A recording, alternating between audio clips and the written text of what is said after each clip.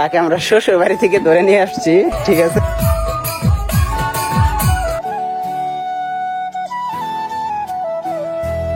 Hello everyone, কেমন আছেন সবাই? অবভিয়াসলি আশা করি ভালো আছেন। তো আপনাদের জন্য এমএসআই বিডি ব্লগ চ্যানেলে আরো অ্যানাদার একটি ব্র্যান্ড নিউ ভিডিও। তো আজকে যাইতেছি আমরা নারায়ণদিয়া, ঠিক আছে, যমুনা সেতু ব্রিজের কাছে, প্রায় বলা চলে ভবাপুর। তো আমাদের আশেপাশে যারা আছেন তারা অবশ্যই চিনবেন। তো আমরা নারায়ণদিয়া যাইতেছি একটা বাউল গানের সেট আপ নিয়ে।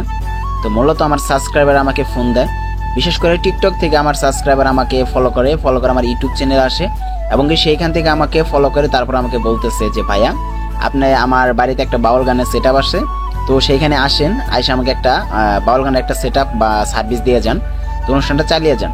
তো সেজন্য তার সাথে কথাবার্তা হইলো, কথাবার্তা খুব বলার পরে তার সাথে মিল খাইলো, সেই কারণে আজকে মাল নিয়ে যাইতেছি। তো মূলত যে সেট আপ গুলো নিয়ে যাইতেছি সেটা হচ্ছে ডেল্টা পি 9001 সাথে 1 জোড়া বক্স, 2টা মাইকের সেট 250, সাথে 6টা মাইক, এগুলো আমি নিয়ে যাইতেছি। তো সম্পূর্ণ সেট আপ আমরা কমপ্লিট করতেছি।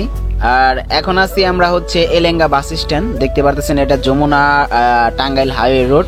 তো আমরা এখানে আসছি। তো মূলত আমাদের এই রুটটা প্রথমে পাড়ি দিতে হবে, তো তারপরে আমরা যাব হচ্ছে ভবাপুরের রুটে। তো ভবাপুরের রুটে যাওয়ার পর আমরা নারায়ণদিয়া বাজবে সামনে, ঠিক আছে। তো অবশ্যই ভিডিওটা আপনারা ওয়াচিং করতে থাকেন।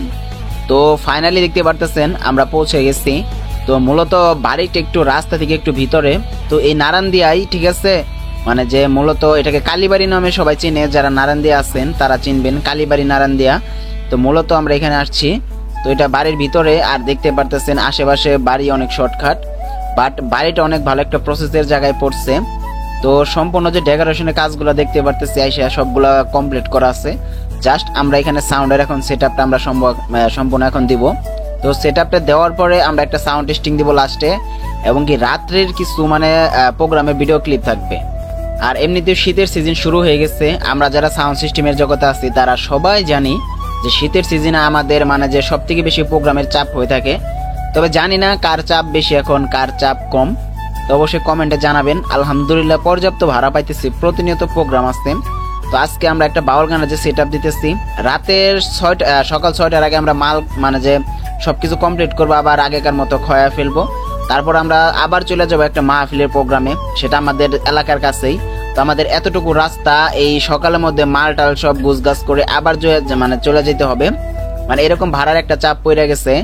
তো এই কাজগুলো আজকে আমরা অতি তাড়াতাড়ি করতে যাচ্ছি, আর দূরের রাস্তা আসছি যে কারণে আমাদের একটু লেট হয়েছে আসতে। তবে এটা কোনো ব্যাপার না, আমরা সব কাজ অতি তাড়াতাড়ি আমরা করব, ঠিক আছে।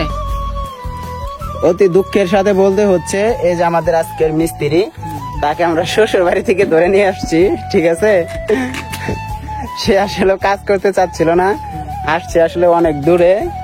আচ্ছা মিস্ত্রি কিছু বলার আছে? কিছু বলার নাই, আসলে বলার থাকবো কেমনে, ঠিক আছে।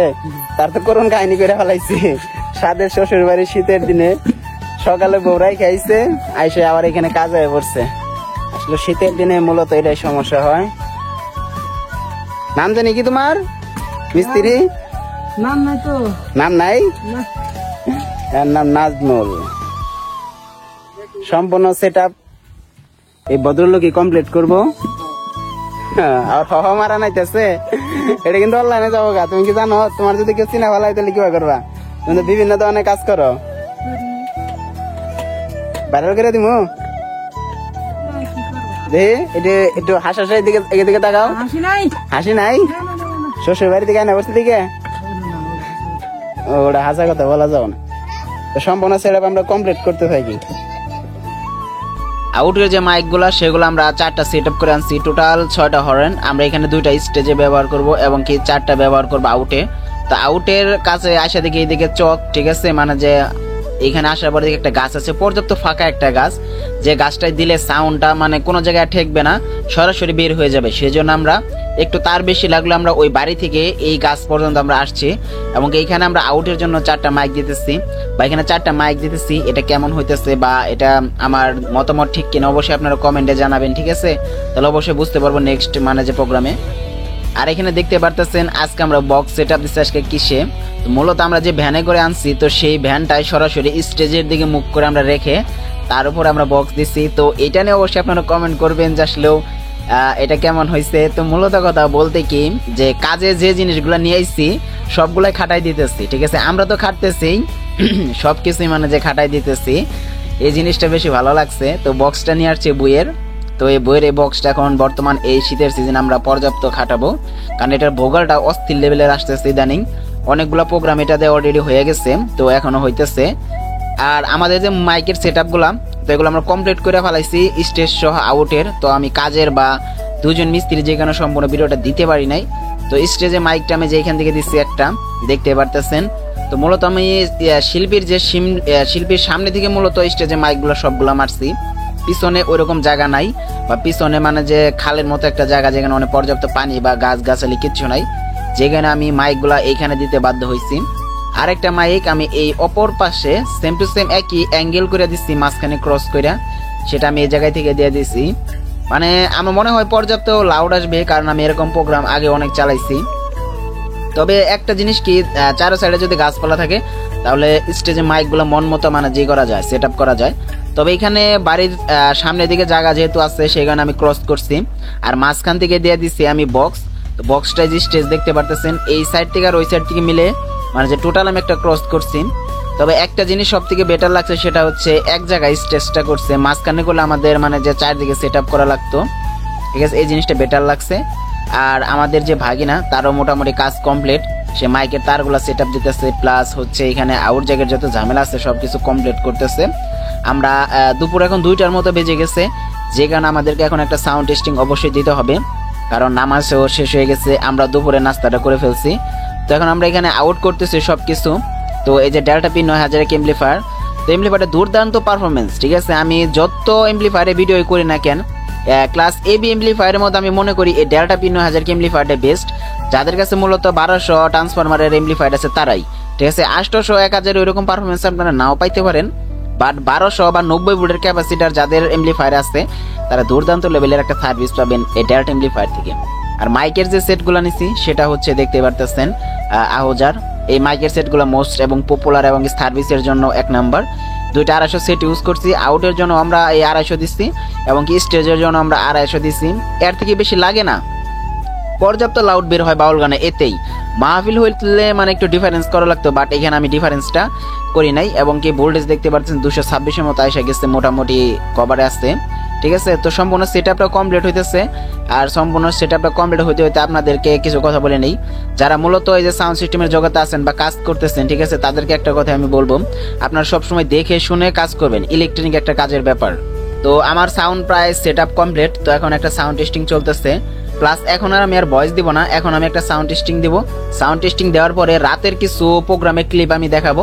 অবশ্যই আপনারা হেডফোন কানে দিয়ে বা আপনারা ভালোভাবে শোনার চেষ্টা করবেন যে কেমন হয়েছে রাতের প্রোগ্রামগুলো, ঠিক আছে, অবশ্যই দেখবেন। ভেতরে পুড়ে পুড়ে ছাই হয়ে যায়, তবুও যেন হাসি মুখে দিন কাটাতে হয়। আমি সেই দিক থেকে একটি গান আপনাদেরকে উপহার দেবো।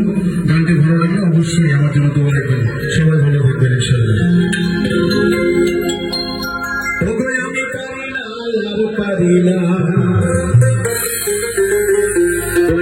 আমি কেন মরি না,